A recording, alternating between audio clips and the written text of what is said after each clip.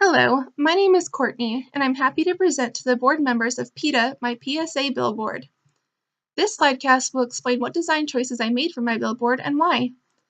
I will explain concepts of visual hierarchy, focal points, typography, proximity, and color theory, and how they were used in my billboard.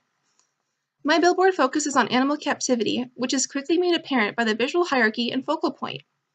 According to the concept of visual hierarchy, a focal point helps to draw readers' attention to important objects.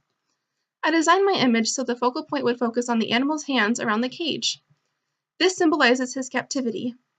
From there, viewers' eyes move to the content of the top of the page, then to the bottom.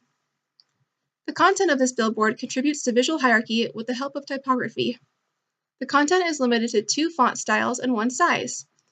In order to keep an emphasis on the image, I chose easy-to-read fonts that would improve the image rather than compete with it.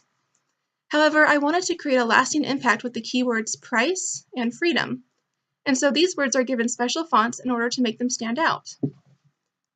I used the concept of proximity to show how information is related to one another. Like a book, the text reads from left to right, top to bottom, ensuring audiences read it as intended.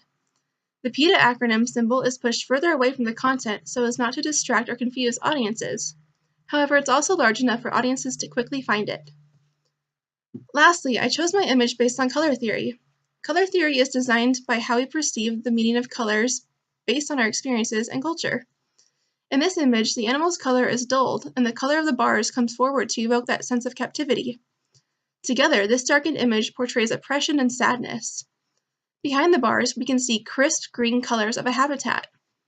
However, due to the position of this color in the top right corner behind the animal, the greenery and the freedom associated with it seems out of reach. The context and image work together to create a billboard aimed at audiences who participate in animal captivity through zoos.